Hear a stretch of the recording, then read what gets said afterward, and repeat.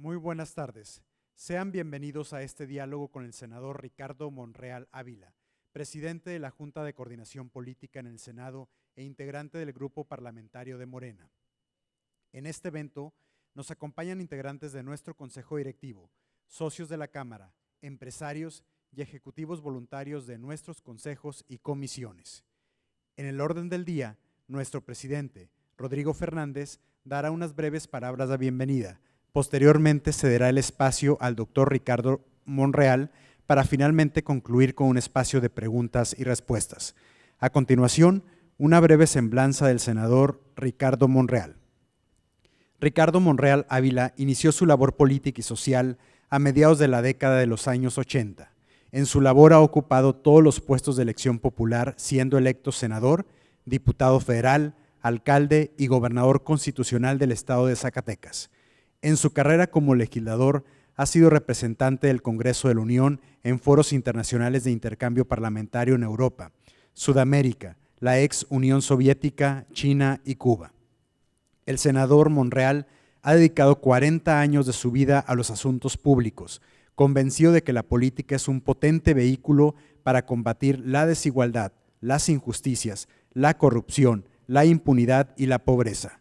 Desde septiembre de 2018 se desempeña como presidente de la Junta de Coordinación Política y coordinador del Grupo Parlamentario de Morena en el Senado de la República. Originario de Zacatecas, Ricardo Monreal cuenta con la licenciatura en Derecho por la Universidad Autónoma de Zacatecas y es doctor en Derecho Constitucional por la Universidad Autónoma de México. A continuación, tiene la palabra Rodrigo Fernández, presidente de CAINTRA Nuevo León.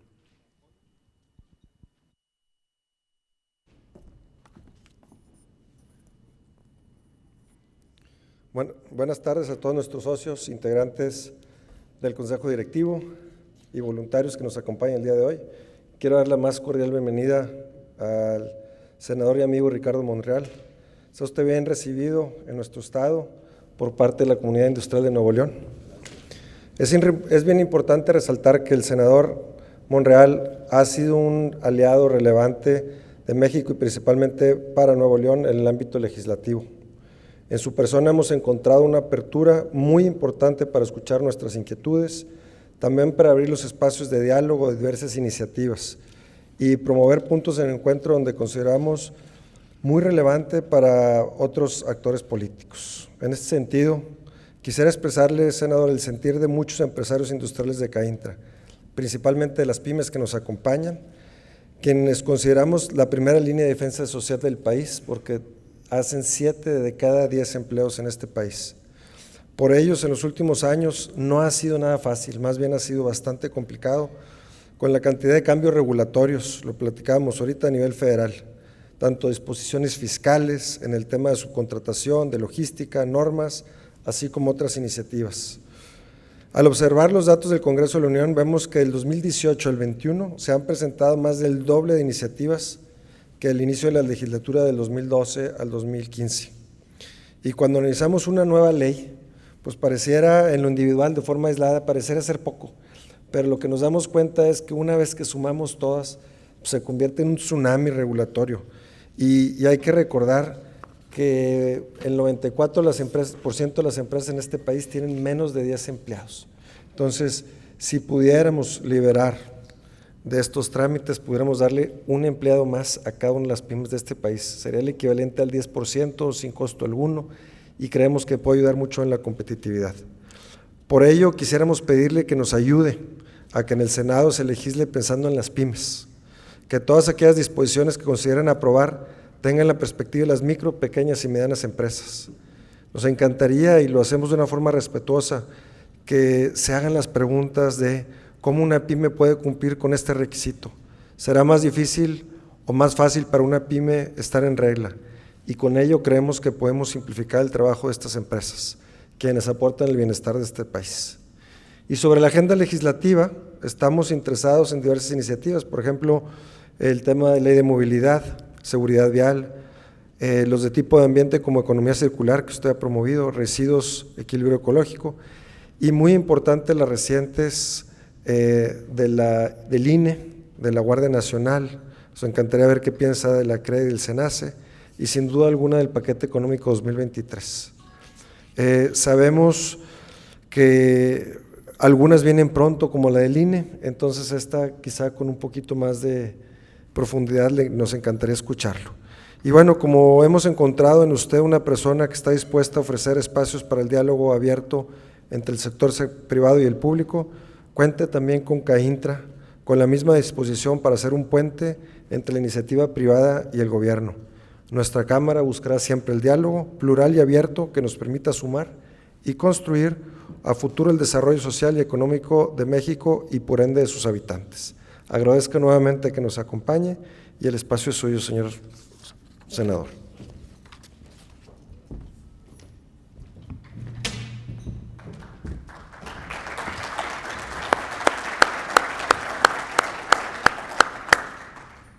Muchas gracias, estimado Rodrigo, estimados asistentes, hombres y mujeres, empresarios de CAINTRA. Este país está pasando por una etapa de transformación política y todas las transformaciones generan sobresaltos. Si el diálogo se usa, si el diálogo se acostumbra, es mucho más fácil conciliar y entablar un gran debate nacional para sacar adelante a México. Un gran debate en el que participemos todos, las empresas, clases medias, los académicos, el gobierno. Por ello, reunirme con quienes dirigen las empresas aquí en el estado de Nuevo León, en particular todas las pequeñas, las medianas, las grandes, es algo que celebro. Los saludo a todos con aprecio. Rodrigo, muchas gracias por propiciar este encuentro. Al sector productivo del país lo mueven empresas en efecto como las que ustedes fundaron y encabezan. 4.1 millones de pymes que crean 7 de cada 10 empleos formales en el país y que aportan el 52% del PIB anual. Ahora estamos apenas superando los efectos de una pandemia brutal, de una pandemia devastadora, el COVID-19. Sin embargo, la perseverancia de todos ha logrado vencerla hasta ahora, con funestas consecuencias y lamentables pérdidas de vidas. Quiero decirles que creo firmemente en la necesidad de conciliar, de reconciliarnos, de alejarnos de la confrontación.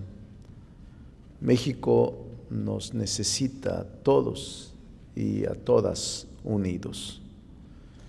El Senado de la República ha sido una de las cámaras de reflexión, de prudencia, de sensatez, en la que hemos logrado aprobar leyes trascendentes, pero también otras, actuar con más reflexión. El 80% de las leyes han sido aprobadas por unanimidad. Acabamos de concluir apenas el primer periodo de sesiones de esta legislatura y en este periodo aprobamos, como aquí ha dicho Rodrigo, leyes importantes de particular interés para todos los sectores, incluyendo al sector productivo del país. Empiezo por la Ley de Economía Circular, que introduce una nueva lógica de producción para detener los daños exponenciales que le hemos causado al medio ambiente. Esta nueva ley fue consensada con el sector económico y empresarial del país. Nuevo León fue clave. los empresarios y dirigentes de CAINTRA, del CCE y de otras organizaciones de empresarios fueron claves. También la ley para transformar los residuos sólidos y productos que han concluido su primera vida útil. Establecimos también leyes para establecer incentivos fiscales para que los contribuyentes lleven a cabo una mejor gestión de residuos. Junto con estas leyes también la Ley General para la Prevención y Gestión Integral de los Residuos. O recientemente la Ley de Movilidad, la Ley de Seguridad y Movilidad Vial, que nos permite aplicar medidas legales más contundentes a las acordadas en la Estrategia Nacional de Seguridad Vial para tener cuidado con aquellas personas que abusan del alcohol o el influjo de estupefacientes que ponen en riesgo la vida de otras personas. Iniciamos una serie de leyes importantes que podríamos ir comentando, pero no quiero agotarlos con una enunciación de leyes aprobadas. Más bien quisiera atender su llamada, atender también sus peticiones, preocupaciones, dudas, cuestionamientos. Por eso acordé con nuestro amigo Rodrigo que iba a hacer una exposición muy breve y luego permitir que haya preguntas de parte de ustedes. No hay tema vetado, pueden preguntar lo que quieran y sobre lo que quieran. Acabamos de tener una reunión muy productiva con el Consejo hace una hora. Fue una reunión franca, una reunión atenta, una reunión para mí muy respetuosa, pero de intercambio de ideas sobre lo que queremos en el país y particularmente en el estado de Nuevo León. Por eso quiero comentarles que venimos con mucho gusto a dialogar, a platicar, a conversar. Y celebro que estén todos aquí, ustedes, y que tengan interés sobre los temas públicos que en el país existen y Nuevo León tiene en este momento. Entonces vamos a dejarla aquí y le pido a Rodrigo que nos ayude a moderar para que pueda yo responder mejor a sus inquietudes, sus preguntas, sus dudas o incluso sus cuestionamientos sobre nuestro trabajo. Adelante y yo estoy atento. Empezamos con preguntas. Muchas gracias por sus palabras, senador Monreal. Ahora iniciamos con la ronda de preguntas y respuestas, las cuales podrán realizar escribiéndolas en las papeletas frente a ustedes y compartiéndolas con nuestros colaboradores. Los invitamos a ello. Comenzamos con la primera, va a ser una terna de preguntas. El presidente, dice la primera, el presidente ya ha descartado que Nuevo León utilice su concesión de agua del río Pánuco. ¿Cómo puede el Senado ayudar a Nuevo León en sus proyectos para evitar que falte el agua en el estado? Y Ricardo, también se quedó una pregunta pendiente allá. Mientras llegan las papeletas, también aprovechamos, le hacía la pregunta al senador, que escuchamos que hay diferentes tipos de izquierda, pues izquierda quizá un poco más radical, una un poco más moderada, y entonces le pedíamos si nos ayuda a entender un poco cómo es toda esta izquierda. Si pudiéramos contestar a esa, senador, se lo agradezco también. Bueno, voy a usar aquí de nuevo el podium para tener mayor visibilidad. La primera, que es muy importante, cómo podemos contribuir, ayudar desde el Senado de la República por la crisis que vive Nuevo León con motivo del agua. Déjenme decirles lo que yo pienso con toda seriedad. Creo que no se previó la crisis que está padeciendo Nuevo León. Y creo que al descuidar la infraestructura y mantenimiento nos llevó a esta crisis. En Nuevo León hay un desperdicio, fugas de agua sorprendentes que debieron haberles dado mantenimiento hace mucho tiempo. Quizá los órganos reguladores del agua y del drenaje, sus recursos se usaron para otros fines. Y ahora nos llegó, nos alcanzó el destino. Sí hay forma de atender, porque hay que atenderlo, porque se va a seguir presentando cíclicamente este problema de la falta de agua. Es un momento crítico. Ayer se anunciaron medidas más críticas para el uso del agua. Por eso tiene que haber un acuerdo integral entre empresarios, gobierno y población. Es un plan integral que tiene que ver con desde la reparación de fugas, tubos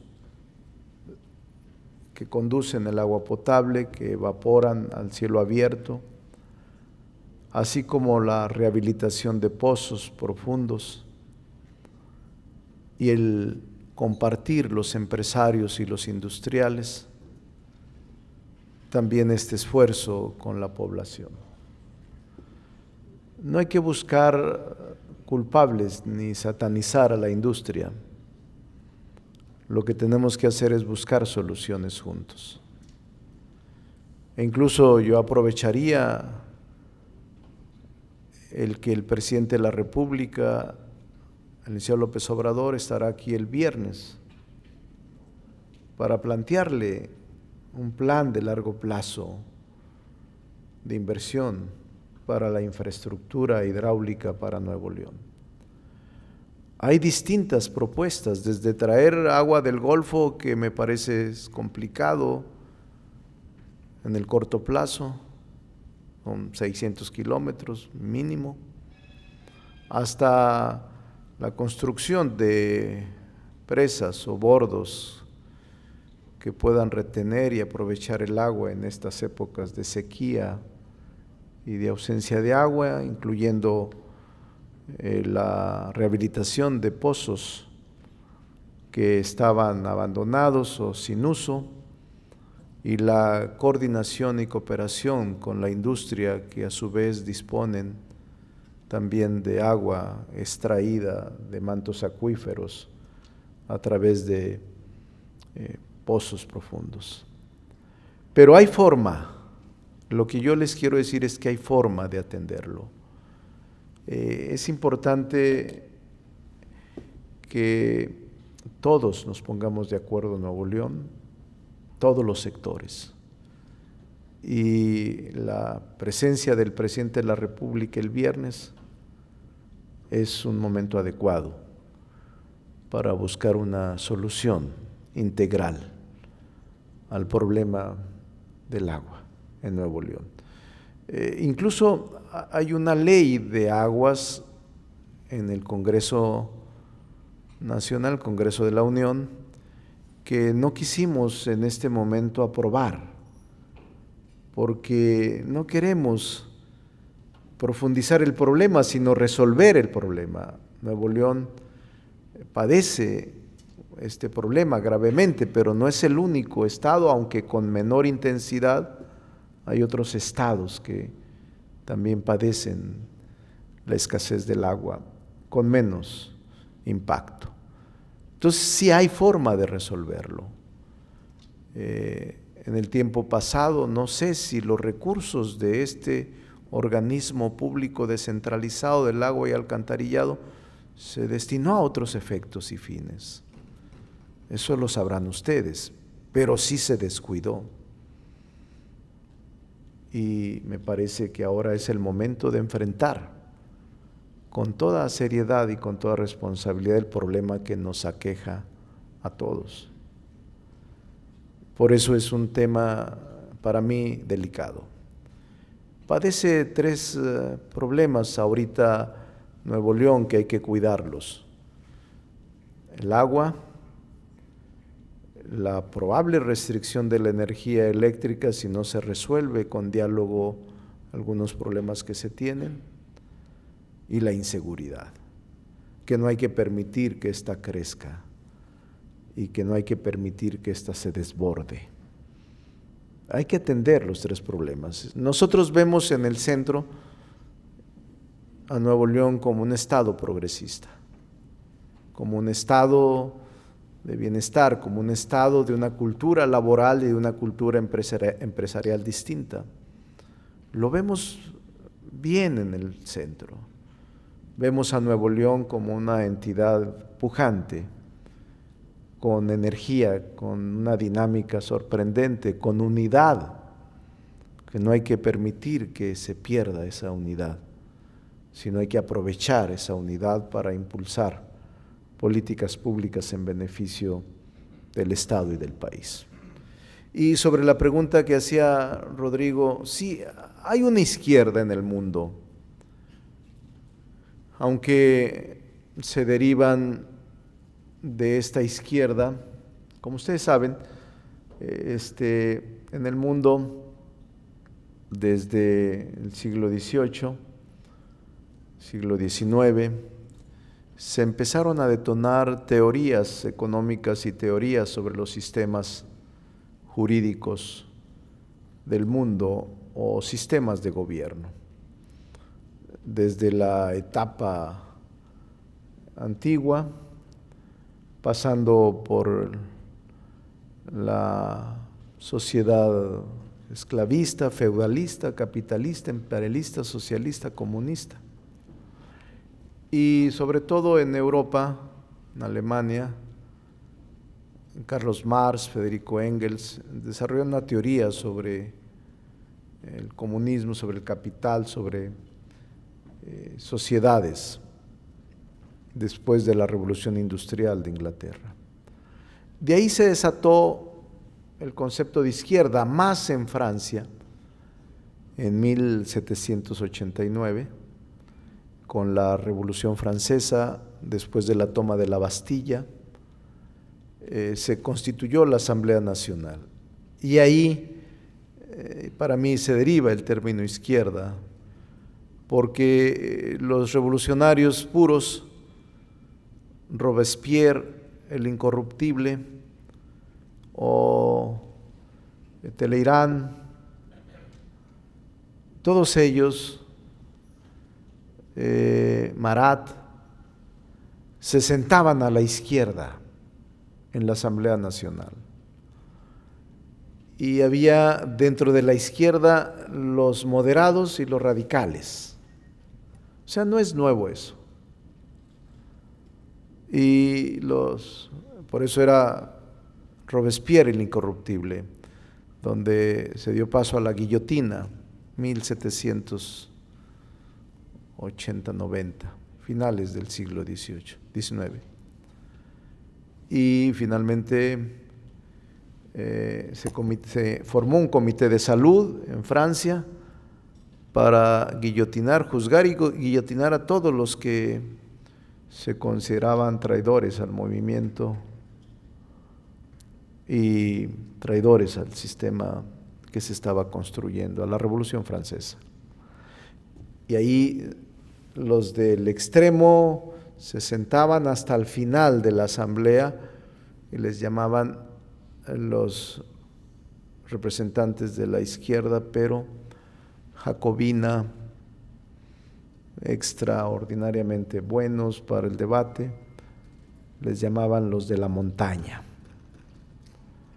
Así fue el término de izquierda. A partir de ahí, Carlos Marx, Federico Engels, Gumplowicz, todos ellos dieron paso a la teoría marxista-leninista, donde se fue generando la idea de un Estado socialista en contraposición del capitalismo y el imperialismo.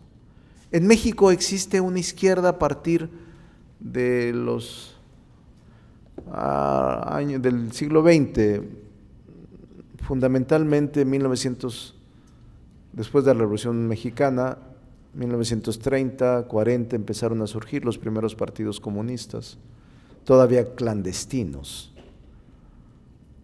y se identificaron sobre todo con la Unión Soviética, después de los 60 con Cuba y en algunos países con China. Actualmente solo hay 2 partidos de Estado, 3 en el mundo, de izquierda socialista o de izquierda muy radical. Es China, que tiene partido único, Cuba tiene partido único y Corea tiene partido único. Venezuela, más o menos, pero México está muy distante de eso. México no es China, México no es Cuba, México no es Venezuela, México no es Corea. Porque surge un movimiento espontáneo de la sociedad, irrumpe en el 18 un movimiento social, en donde muchos no eran de izquierda, pero confían en un cambio en el gobierno, incluyendo empresarios. Muchos no eran de izquierda, ni simpatizaban, ni simpatizan con el socialismo o con el comunismo, pero quisieron apoyar un cambio con el presidente López Obrador. Y yo pertenezco a la izquierda más socialdemócrata, estilo países nórdicos. Más o menos es la izquierda que simpatizo yo. No me ubico en los extremos, no soy de izquierda extrema, menos sería de derecha extrema, pero existen esos extremos. Y lo que México necesita es, desde mi punto de vista, es conciliar los sectores, no separarlos. Lo que México necesita es conciliar los extremos, no polarizarlos. Lo que México necesita es caminar todos juntos y no separados. Podemos llegar al mismo fin, al mismo propósito, al mismo puerto, sin tener que crisparnos. Creo que México está destinado a ser un país de avanzada, no solo democrática, sino de políticas públicas progresistas. ¿Qué es lo que distingue la izquierda? Yo escribí un libro que se llama Péndulo Político, hace ya varios años. Ahí describo toda la historia de la izquierda mundial. Pero, ¿qué es la izquierda moderna? Es aquella que se preocupa primero por la educación. Esa izquierda socialdemócrata tiene como prioridad la educación, la educación, la educación. Y la segunda prioridad es la salud y la seguridad social, tercera. Cuarto, servicios públicos. Y una cosa que les va a extrañar, una de sus prioridades es el Estado de Derecho en la izquierda socialdemócrata. Observar el Estado de Derecho y la seguridad jurídica de las personas, de sus bienes y de sus propiedades. Esa es la izquierda socialdemócrata. No es otra. No es la izquierda confiscatoria, expropiatoria, persecutora. No, esa no es. De pensamiento único. No, esa no es. Entonces, nosotros pensamos que México puede ir hacia esa izquierda socialdemócrata. Es lo que yo pienso, pero es la gente la que decide. Y se va a poner en las urnas de nuevo en el 2024, ¿qué es lo que quiere la gente? Porque por fortuna hay libertad del ejercicio del voto. Por eso decía Rodrigo que había preocupación por la reforma política electoral. Él sostenía que es uno de los temas que preocupa en reforma constitucional. Estas son las dos respuestas que puedo dar. Sé que había preguntas, había alguna gente que traía los papelitos, si me los pasan, puedo dar respuesta. Sí, creo. si gusta, se las vamos compartiendo, si le parece. Sí, ¿cómo Va a no? ser una terna de preguntas. La primera es en tema de electricidad. Dice, cada vez es más difícil conseguir electricidad en Nuevo León. Tenemos fallas en CFE y al querer incrementar la demanda nos comentan que no se puede. ¿Tienen pensado seguir modificando el mercado eléctrico? Esa es la primera. La segunda es en materia de pymes. A nivel federal, los apoyos para pymes prácticamente han desaparecido. En el presupuesto cada vez son menos los recursos que tiene la Secretaría de Economía. ¿Cómo podemos hacer que le otorguen más recursos a las pymes? Y la tercera es en materia de comercio exterior y tiene dos sentidos. La primera es cómo aliviar las tensiones que están existiendo con Estados Unidos en torno al cumplimiento del TEMEC. Y la segunda, cómo garantizar la certidumbre directa y certidumbre jurídica a la inversión. Sí. Bueno, primero, lo de la electricidad, ustedes saben que se rechazó la reforma constitucional, no se aprobó, está igual y solo se modificó el litio, que el litio ya estaba considerado en la Constitución, pero finalmente se reforzó el uso del litio exclusivo por el Estado. Sí hay dificultades, incluso en la reunión previa con el Consejo me comentaron sobre un probable desacato a una resolución judicial sobre abastecimiento y producción de energía. Y yo di mis comentarios al respecto. Y yo creo que incluso hay un problema, les decía yo, no solo el agua, la restricción del agua, sino la restricción de la energía. Eso no le puede suceder a Nuevo León, no puede sucederle. Y por eso yo planteaba con el grupo de empresarios que era necesario dialogar con el presidente, que el viernes que va a estar aquí es un momento propicio para hacerlo.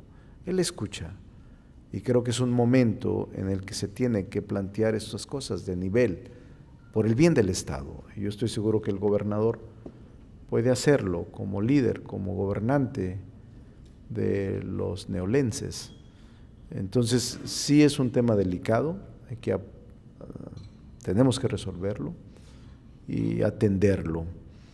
Yo haré mi parte con el secretario de Gobernación, lo platicaré ahora que regrese, de los temas que aquí me han planteado, y lo que tengamos que ver nosotros lo empezaremos a hacer. Por ejemplo, esto de las pymes, ya platicamos también, incluso quedé en comunicación con Irma, que me va a enviar una información sobre las pymes para ver si podemos introducirlas a la ley en materia de regulación y también en materia de apoyos, financiamiento. Entonces me la van a mandar, ya platicamos y por eso es parte de lo que ahora acordamos hace un rato.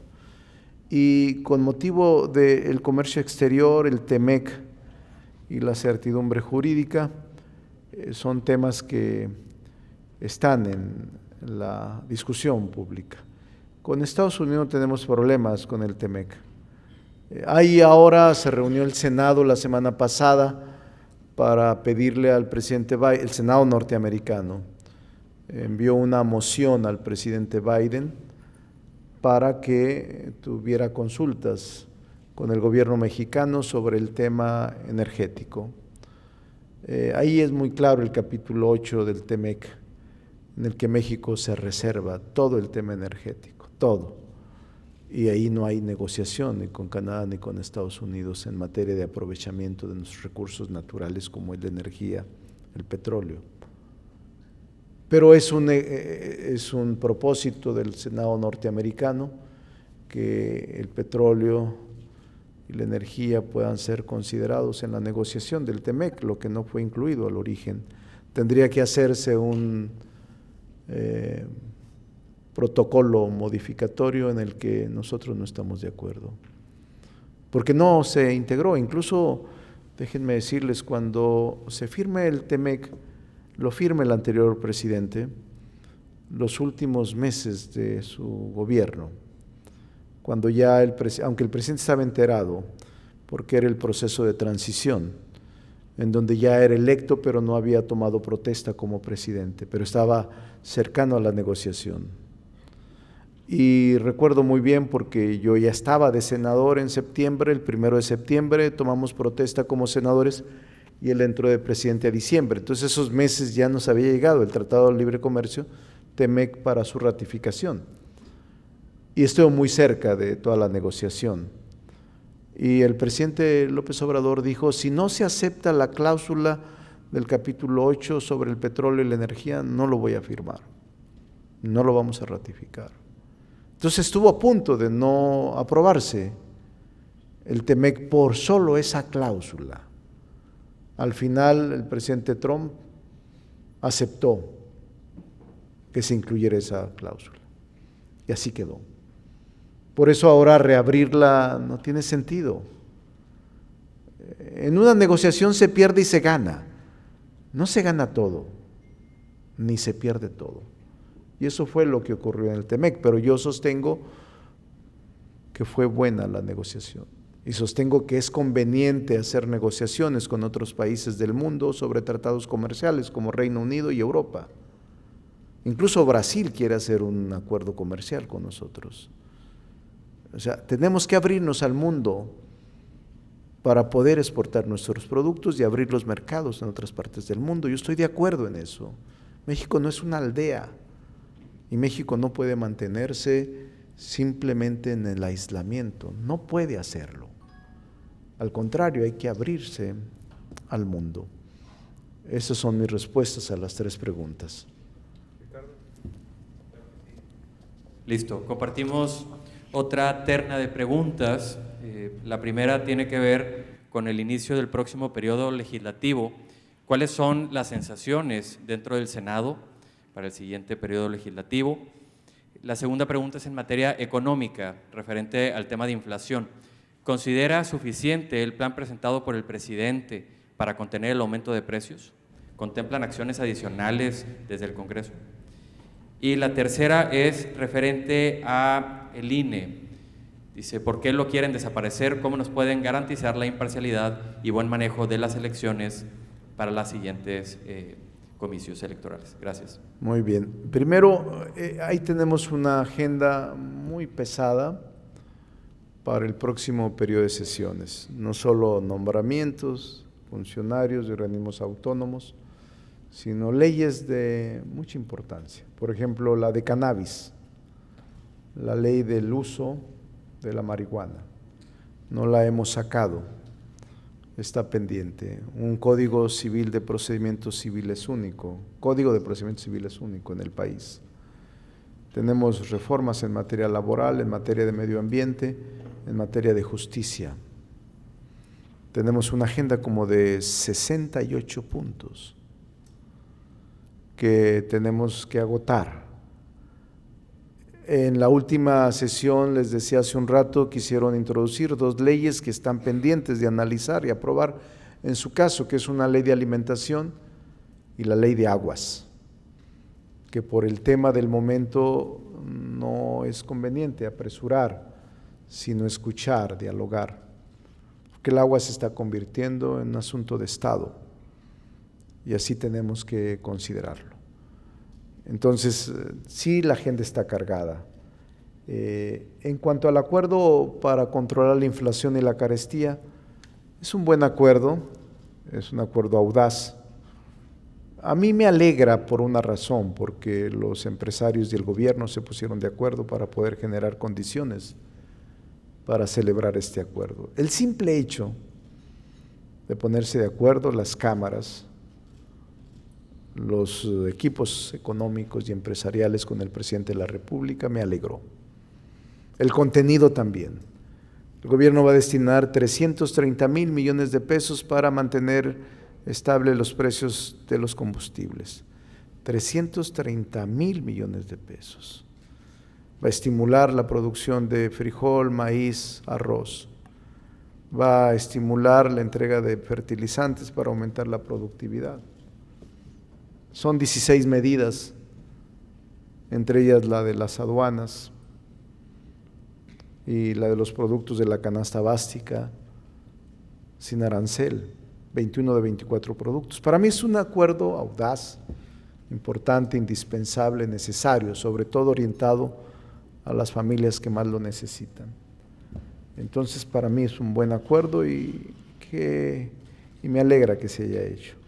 Lo del INE es una propuesta, no es el INE solamente, es una reforma política en materia electoral integral.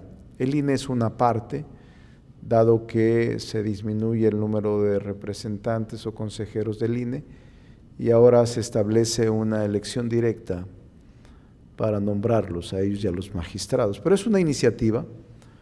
Hoy presentaron, la semana pasada, los partidos políticos de oposición otras ideas y otras propuestas. Hoy formalizan otras iniciativas de modificación en materia electoral y esto será un ejercicio muy amplio de discusión en los próximos meses. No está resuelto nada. Es más, se requiere de mucho diálogo para poder llegar a acuerdos, porque no tenemos mayoría calificada en Morena. Entonces se requiere de mucho diálogo, si no va a ocurrir lo mismo que la reforma eléctrica.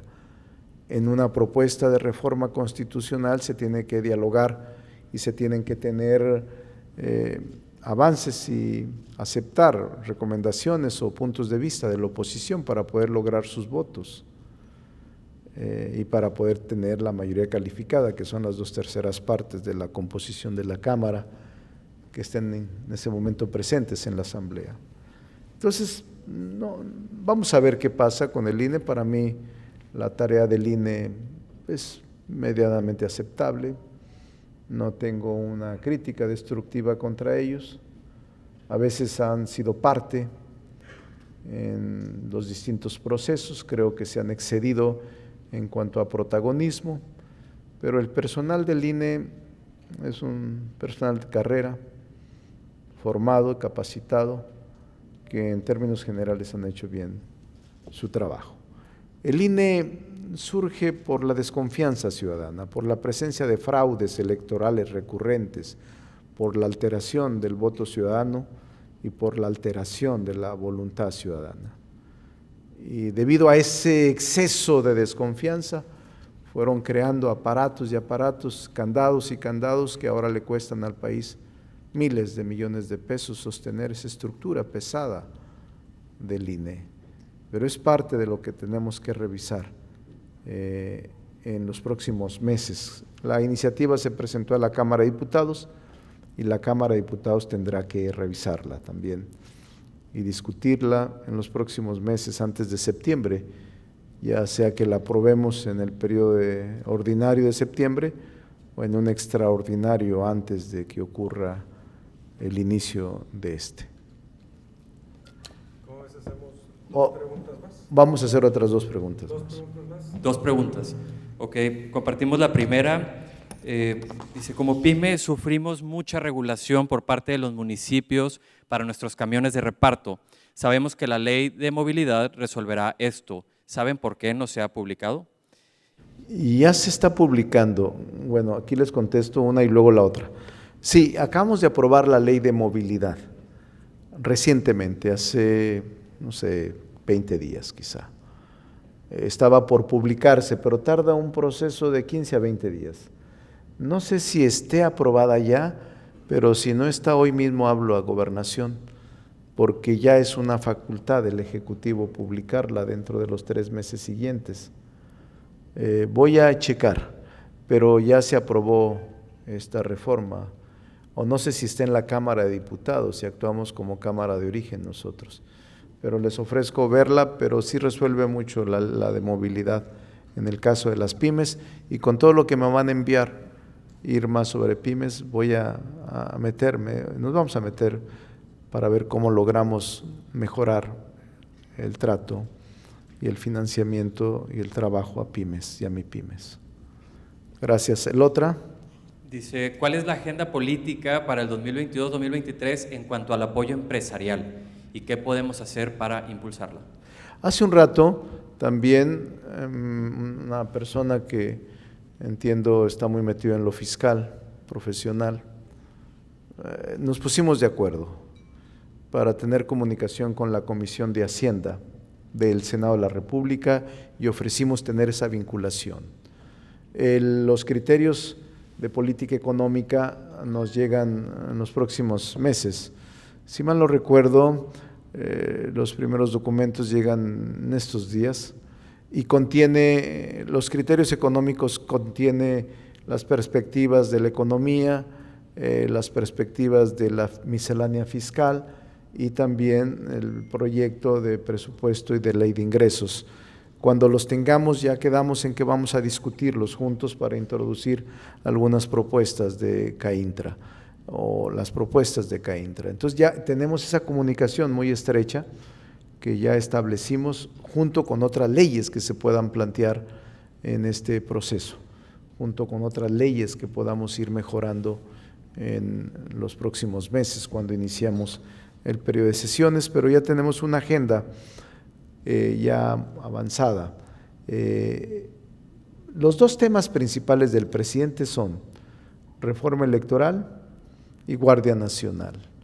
Nosotros tenemos otra agenda más pesada, más completa, les indico cerca de 60 temas.